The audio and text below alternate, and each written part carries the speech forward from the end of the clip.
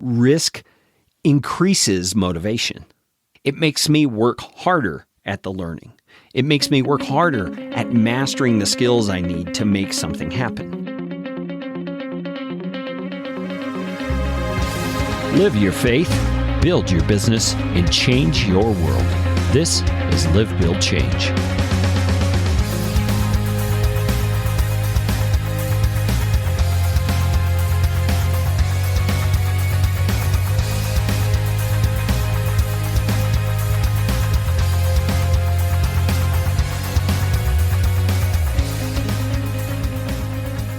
Welcome back to the Live, Build, Change weekly episode of the podcast.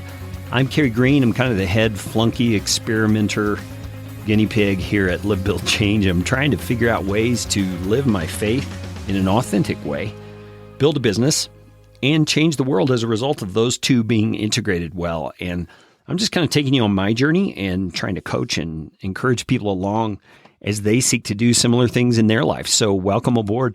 Today, I wanted to talk to you about this thing that we call failure. Failure. I mean, it's an interesting word. It implies something was done wrong. It implies that something went wrong.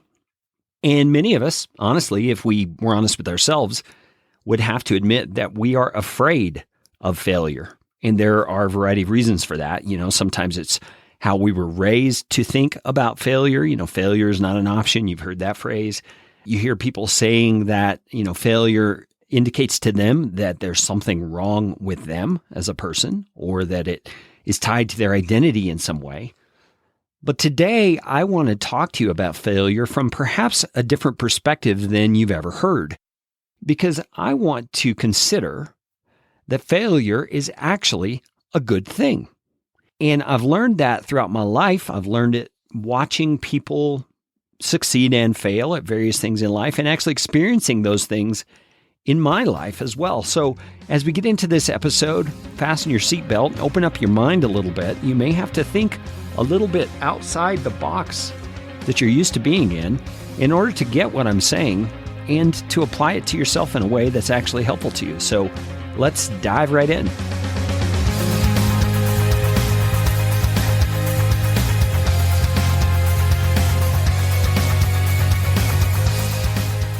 Something that was helpful for me as I started thinking about this whole issue of failure and learning to define what it really is and what impact does it have on us as individuals was to go back to my childhood and to think about all the things that we have to learn as a child. I mean, from our very early days, we have to learn how to crawl. We have to learn how to walk, and none of us gets out of that without a few bumps and bruises. I mean, we keep pulling ourselves up. We keep toddling along. And in that process, we fall and hit our head on the coffee table. We, fall and thank God for big poofy diapers, our rear end isn't hurt too much from all the falls that we have. But all of those quote unquote failures at walking are what actually produce the competence we need to walk. Have you ever thought of it that way? Those are the things that teach us balance, teach us forward motion and momentum. Without this process of trying and failing and trying and failing and trying and failing, we would never become competent at something like walking. And it goes on throughout our lives. It's not just about those toddler years. When we get into school and we start learning things like reading and math, just the basics of a good education, we struggle, don't we? Because learning, the process of growth, is a struggle. That's by definition what it is. We are adding to our knowledge and to our skill set something that we do not currently have. That's what's happening. And in that process, very few people get it right the very first time, right? I mean, think about your own experiences. Whether it's when you learned to read, phonics and flashcards and those kinds of things, or math, learning addition and subtraction, multiplication and then division. I mean, each concept is a little more complicated or complex than the one before, but it builds on the one before. And so we have to start at that basic level and we make mistakes. We fail, in other words, until we start getting it right. And what's happening during that entire process is that the failures are showing us, like Thomas Edison famously said, what didn't work. And once we're able to analyze and evaluate what didn't work, we put it together with another attempt, perhaps from a different angle or a different perspective, and we see where we made our mistake before, and we iterate or pivot and get better at it the next time. That's what practice at something does. And failure really is a teacher to us. It's an instructor that is showing us why the thing we just tried wasn't the right approach or didn't work, at least not in the form in which we made the attempt. That's really all that failure is. And so if we back off from those kinds of examples that come from childhood, come from learning basic things, and then look forward into adulthood, what is it we're going to see? Well, it's really the same thing. Whether it's a skill for business or for life, whether it's learning how to relate with your spouse or your children, whether it's learning how to have a good work ethic, all of those things are going to include some failure, aren't they? But if we refuse to see the failure as a bad thing, if we refuse to see it as something that defines us as a human being and call ourselves a failure, then we have a chance of actually doing what we did when we were children, learning from it, gaining competency in those things, and actually perhaps even becoming a master at those things because we've not given up. Now, I think one of the reasons, at least when I look at my own life, that failure takes on such a stigma or such a negative perspective is because as we grow older, this world that we live in, which is a fallen world and is oriented around wrong perceptions of human identity and human worth, begins to tell us that failure actually does define you as a person, because as you become an adult, you should have it all together. Now, I'm not saying that's true. I'm saying that's what our culture tells us. We buy into that as we get older because there's all kinds of things going on inside of us that cause us to accept that mentality. Things like peer pressure, things like a grading system that rewards lack of failure and actually promotes that sort of a mindset. Now, I'm not saying we shouldn't have grades, but I'm saying we should educate our students better. We should educate ourselves better on what that grade really is. That grade itself is an instructor teaching us where we need to improve, how we can actually get better at this thing that we've been attempting. But instead of being careful to talk about it in those terms, we talk about it in terms of failure. You didn't get this one right. You didn't get that one right. You made a mistake here. And we don't hear that's okay, because you'll learn from that. And as you learn from that, you will get better at math. You see, the hope piece is often missing. The hope that we actually will accomplish this and will become competent at it is largely absent in the educational process. And so, if you have a teacher who's that way, and then you go home and you have a parent who's that way, you begin believing over the course of your life that failure really isn't an option, that failure is not acceptable.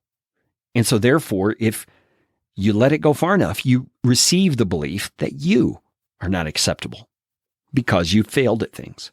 And I think it's that belief, that conclusion, that causes us to think that we need to be afraid of failure. But something I've learned as I've gone through life is that when I'm afraid of failure, often, you know what I resort to doing? I don't even try because I'm afraid of failing. It's so backwards. It's so counterproductive because it's only through failure that I'm actually going to learn. It's only through failure that I'm actually going to get better and become competent and actually have a chance of being the master at whatever it is I'm doing that I really want to be. And you see, when we're afraid of failure, we're afraid because it might show that we are not proficient at whatever it is we're trying, or that we haven't learned what it takes to be there yet, or perhaps we're not competent at it yet. But you know what? That's part of the human condition, isn't it? And so I think what we need to do is to cultivate in ourselves a humility that enables us to realize part of the fallen human condition that we are born into is that we don't have it all down, and that we are going to make mistakes, and that those mistakes actually are not only to be expected, but are a good thing, because they're going to demonstrate to us areas where we need to improve, and as well, areas where we didn't make a mistake and we actually got it right by comparison. Maybe you've heard this phrase recently, people saying you need to fail fast and fail often. I think I subscribe to that belief because the failure is what enables you to learn and grow. And so in one sense, the more you fail and the faster you do it, the faster you're going to grow. And so all of that is about the concept of failure and the vital importance it is that we think about it rightly. But let's take another step into this idea of building a business, and let's apply those thoughts to the kind of situations that you're going to encounter.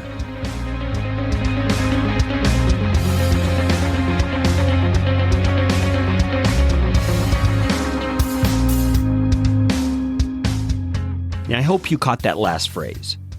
There are going to be situations and circumstances as you work to build a business where you are going to fail. And it's very literally a failure. What you tried didn't work. As it was with walking, as it was with riding a bike, that is a good thing because it's teaching you how to become an entrepreneur, how to become a business owner and a business builder. And you can't be afraid of that. Now, I realize some of the reason that we become afraid of failure in this business context is because of the issue of risk. Sometimes there's more at stake. You have invested some money in an idea. You have to put food on the table. And those things cause us to kind of shrink back and feel timid and a lack of confidence and say, man, I really don't know what I'm doing here. I'm not sure that I really should go after this. But I'm here to tell you that if you don't go after it, you're sure not to attain it. It's not just going to drop in your lap. You see, God, though He is able to just drop great blessings like a successful business right in your lap, typically does not do so. He works through various means. And one of the means He has implemented in order to prosper His people is their own hard work. And that hard work is not just the hard work of digging a ditch or driving a nail or sitting behind a desk all day. That hard work is also the hard work of learning. And learning requires failure. Now, in the business context, it's a lot different than it is in school because the only thing you're really risking in school is that you're going to have more red marks on your paper, right, than you really want to have, or the disapproval or disappointment of a parent who sees that report card or that paper and is not happy with the result that you got. But if you think about it in the grand scope of life, in the grand scope of things, those are fairly minimal risks, right? I mean, you even see kids who totally check out after a while and don't even care about their grades because the risk is so small. But what they're not realizing is that lack of diligence they're applying to their education is going to come back and haunt them potentially in the future. It does have future implications because they're not really learning. They're not really growing. But in the entrepreneurial world, in the context in which you're building a business on the side, the things that are at risk feel a lot more tangible. Money could be at risk. Your time, you don't want to waste your time. Your family needs income now, and you're not sure if you should put all your eggs in this particular basket because what if it falls over and gets broken? Well, then you've wasted everything on this potential that didn't pan out. I mean, do those resonate with you? Those are very real risks and considerations that we have to truly look at when we move into the business realm. But let me bounce this idea off of you. Just like failure is a good thing, risk is also a good thing. Because in my mind, risk increases motivation. It makes me work harder at the learning. It makes me work harder at mastering the skills I need to make something happen. But I want to be careful here and not come across as a rah-rah sort of business guru who is not looking at life as it really is. Because I've been there. I've been in your shoes. You may have heard the 0 episode of Live, Build, Change. You can find it at livebuildchange.com/0. And that is my story. And in that story, I don't think I took a whole lot of time talking about the fear that I felt when I first started this whole entrepreneurial thing. But man, it was really there. I had retired from a 20-year plus career. I was stepping into a realm I knew nothing about. At first, it was becoming a mortgage loan originator. And I knew nothing about that industry. I still don't even know a sliver of the whole industry, even though I served in the role for a little over a year. There's a lot of risk when you're stepping out of something you're comfortable with and familiar with and into something you're not. There is a lot of risk. My family had to eat. I still had 4 kids in the home at the time. My in-laws were coming to live with us soon. I mean, there was a lot riding on my decisions. And so for that mortgage loan role, I had to take a test. I had to study and learn a bunch of regulations. I had to, find a job. I had to find a training program to help me become a mortgage loan originator. All things I had never done in my life. And I have to admit to you, I was a little bit afraid. I remember saying to my wife at times, I don't know what I'm going to do. I'm not really qualified to do anything else. And if you looked at it from the standpoint of degrees and certifications and things like that, it was an absolutely true statement. But what I wasn't looking at when I made statements like that was the fact that the sovereign God of the universe had made me a creative person. He had made me an intelligent person, just like he's made you, so that you can learn and you can grow and you can iterate and pivot and become more than you are presently by that process of growth. And part of that I've discovered as I've gone along is the failure piece, because failure is a teacher. Failure is a good thing. And we've got to get that right in our mindset. Well, let's fast forward just a little bit past the mortgage loan originator stage, where I had already built a few online businesses. I had a mortgage loan originator course going on that actually is now closed. If you didn't hear how that came about, you can go back to episode 21. That's at livebuildchange.com/21 and hear how that business loss came about. Now, maybe that's a good example for us to talk about, because that was $4,000 worth of monthly income. And in one day, it was gone. Do you imagine that fear rose up in my heart at that moment? Yeah, definitely. In a lot of different realms. I mean, first of all, the fear of losing $4,000 a month, because I have team members who are dependent on that money. I have my family that's dependent on that money. I mean, we had built a lot of infrastructure surrounding the fact that we made that additional amount of income every month. But there was also the fear of the government really coming down on me hard because maybe I had done something wrong inadvertently. Maybe I had broken some laws and didn't really realize it. And there was the chance of some kind of legal repercussions, so fear was definitely there. And when you look at what really happened, that business, which seemed to be successful for so long, suddenly was shut down.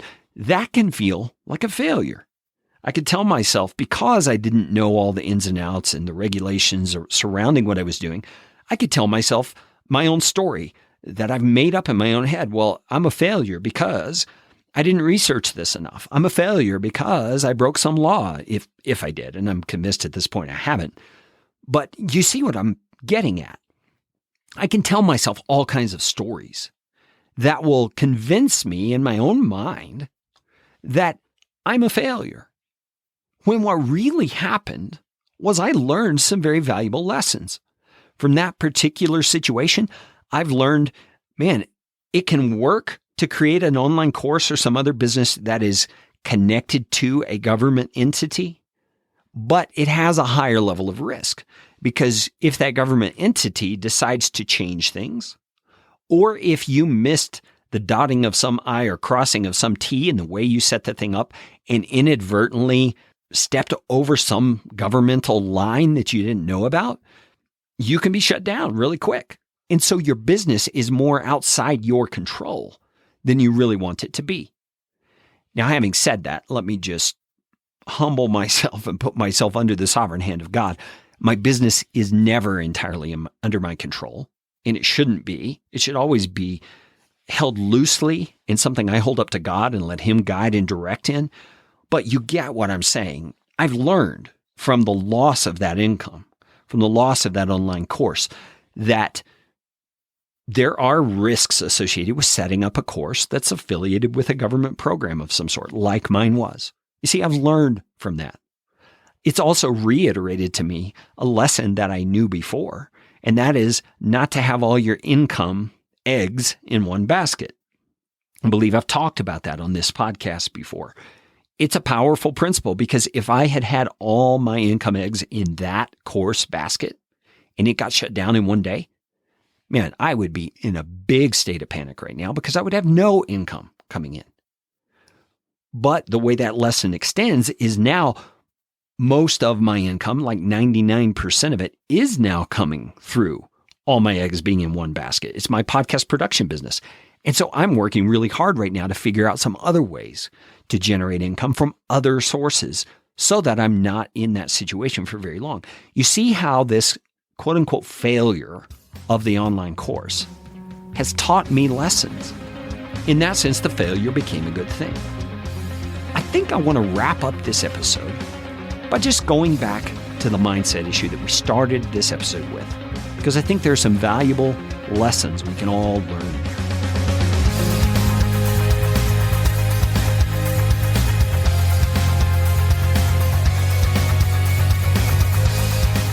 Undoubtedly, you have heard the phrase, glass half empty or glass half full.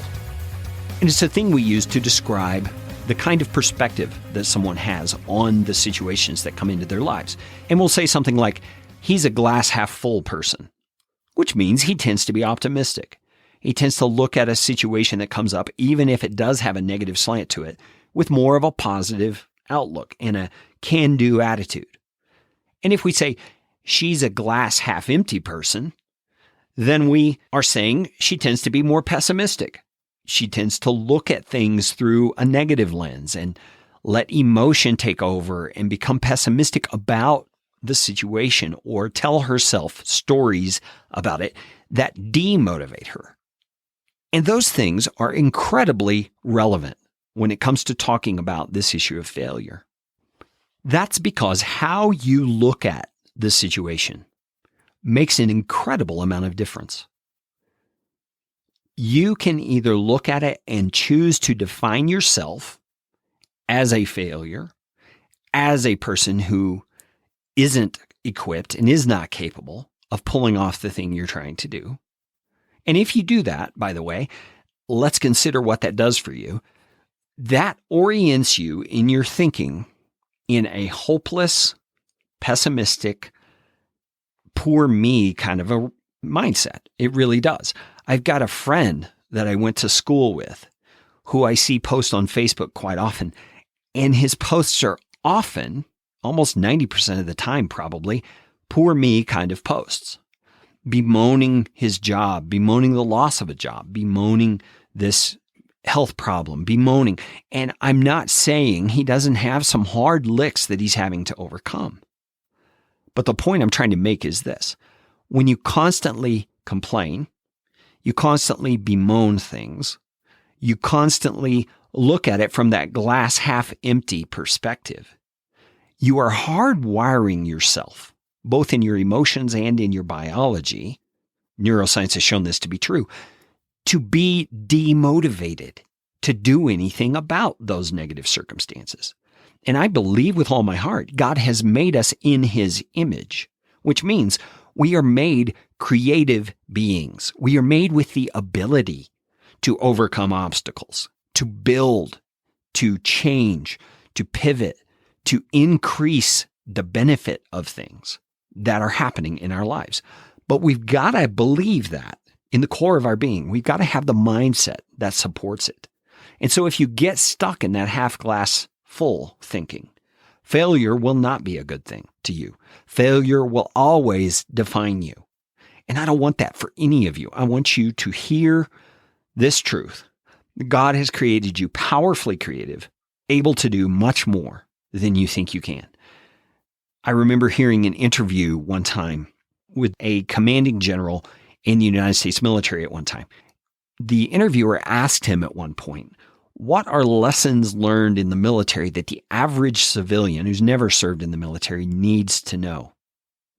And he said, the military has taught him, and he sees it teach more and more people all the time who go through the military, that they are capable of much more than they think they are. And that when they are pushed to what they believe are the limits of their endurance, they will find untapped reserves of strength inside themselves that they never knew were there. Now just stop for a minute and let that sink in.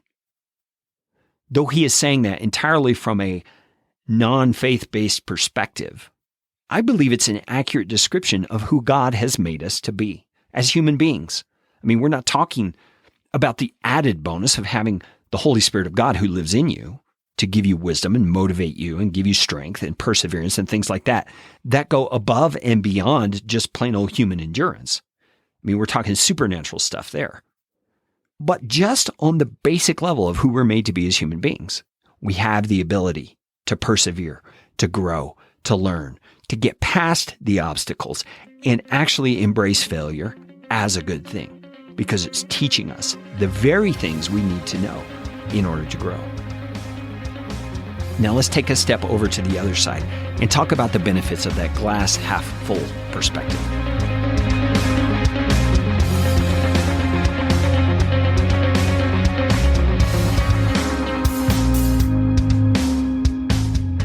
What happens in your heart and mind when you begin to foster and cultivate an attitude that is more like the glass half full, where you see circumstances that come into your life, even if they're negative in a sense or hard or not what you would have preferred, you see them in a more positive light by asking yourself questions like these. What good can come out of this? What can I learn from this? How can this be used to strengthen my character or to teach me something about endurance or the character of my God? What can I do to learn how to not make this mistake again? I mean, there's a really good one. I mean, it's just like getting on the bike and falling off. I mean, you're learning balance again and again and again through incremental steps as you go through that process of getting on and falling off the bike. It's the same thing with business things, even when they're high risk, even when there's a lot on the line. You need to work at having that glass half full perspective and see failure as a good thing. But there's another thing, I think, that happens deep down inside when you foster that kind of an attitude. And it's that you develop a demeanor about yourself that is hopeful. You tend to believe God is good more than the other person does. You tend to rely on that and count on that as you go forward. You have a more can-do attitude, a more positive, optimistic outlook. And I'm not talking about this attitude, this Pollyanna kind of thing that's just not grounded in reality at all. I'm talking about understanding who God's made you to be, that you are creative, you are powerful, you are strong, because God has made you that way. And that as you rely on Him for wisdom and guidance and strength, He will amplify that, both for your good and for the good of His kingdom. And so this idea of failure, I think, is something we need to reframe in our thinking.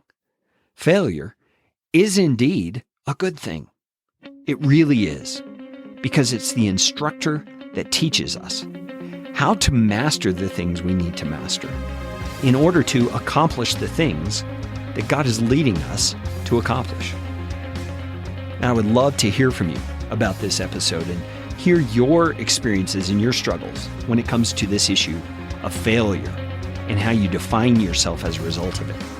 You can reach out to me at Carey, C-A-R-E-Y, at livebuildchange.com. Thanks so much for listening to Live Build Change. I so appreciate it. And if you are finding value in these episodes, there is one very important way you could help me out. And that is by passing these episodes along to one person or two people that you know would benefit from what you're hearing here on the episodes. You can do that by swiping right or left on the app that you're using to listen to this episode. Or if you're on iTunes or on the website, There are sharing buttons there where you can share this episode directly with someone via email or text. And please include a personal note because it makes so much more difference when someone hears from someone they know and hears the recommendation of why the episode would be beneficial. You can make a difference in the lives of others by helping them find out more about Live, Build, Change. Thanks so much.